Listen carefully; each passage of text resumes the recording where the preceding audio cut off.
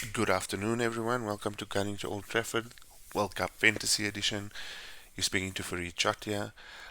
Today, we wanted to have a quick chat about the World Cup Fantasy League and take you through some of the basic rules and help you guys get started on choosing your team. I want to give a shout out to All About FPL. They wrote a very interesting guide around World Cup Fantasy. They're calling it a beginner's guide, but it does go into a little bit of detail. So, hopefully, this helps you guys out in choosing your team. So, like any other fantasy league or cup or fantasy Premier League, rules are sort of similar. You have to choose a team of a certain amount of players. In World Cup fantasy, it's 15 players, $100 million budget. You have some boosters that you can use as well. You have to choose a captain for every game week or every match day for World Cup fantasy.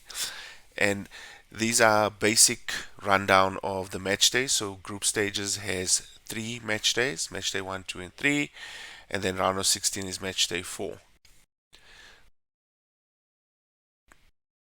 The amount of players you can have from every country is limited. So same like Fantasy Premier League, you have 3 players from any team. In World Cup Fantasy, it's 3 players per nation, but it does increase as the rounds go on. So for your round of 16, it's 4, quarterfinals 5, semifinals 6, and finals 8. And then just to touch on the deadline, your deadline for game week 1 or match day 1 is kickoff of the first game, which is Qatar and Ecuador. You'll be able to choose your team before that, right? So I think South African time it will be around 2 p.m. But download the app, guys. It's available on iOS and Android, and that would allow you to get notifications before the deadline. So hopefully you don't miss choosing your right team and your right captain. Before the tournament start, you can play with your team as much as you want, make unlimited transfers, chop and change as much as you want, and as soon as the game 1 deadline kicks in, so 2 p.m. on Sunday, 20th November, your team is locked in.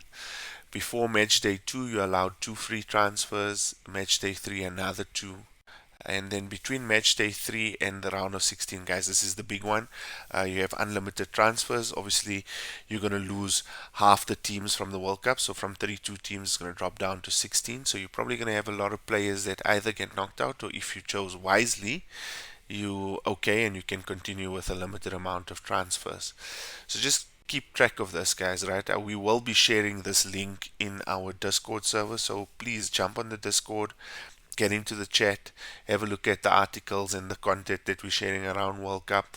Contribute yourselves as well. So it's going to be interesting, a lot of fun. And to discuss your deduction of points, so say you've got quarterfinals and you need to make 6 transfers, you're allowed 4. For the additional 2 transfers that you make, you're going to lose 3 points per transfer, so minus 6 points from your total points. So same like FPL for those of you that do play. Shady, I know you don't, so yeah, is where you need to probably pay attention.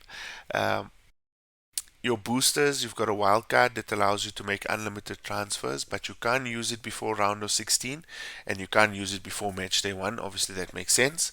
Um, and you need to take into consideration this should be used when you've lost a huge amount of players, maybe between quarters and semis, or round of 16 and quarters, because you only allowed 5 transfers. You might need to make 6 or 7, so it might be a good chance to use your wildcard then. 12th man is an interesting one.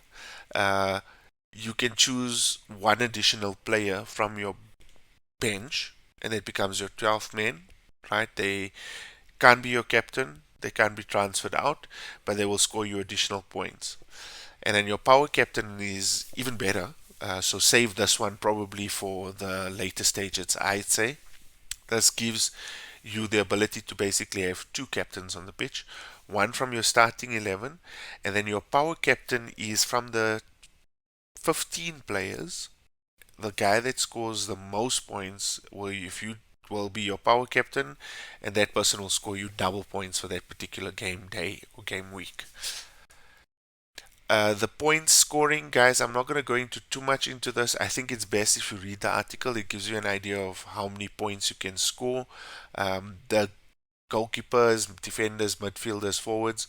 There's a whole lot of differences in the points they get for scoring goals. Um, the interesting one for me is this one here. Every two shots on target, you get an additional 1 point for striker. So if you got a striker that takes a lot of shots on goal, you're going to score a lot more points there. Midfielders have something additional, which is tackles and key passes.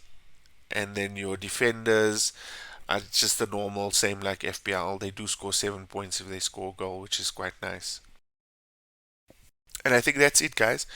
Please jump onto the Discord. Check the link in the comment section of this YouTube video to join the league.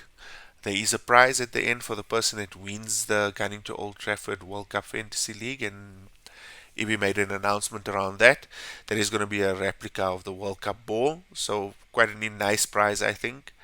And yeah, jump in on the Discord, jump in on the league, chat with us, get a little bit more involved in the content. I think the Discord is going to allow for that, and we look to see you guys soon. And as always, we're going into Old Trafford. Cheers, bye.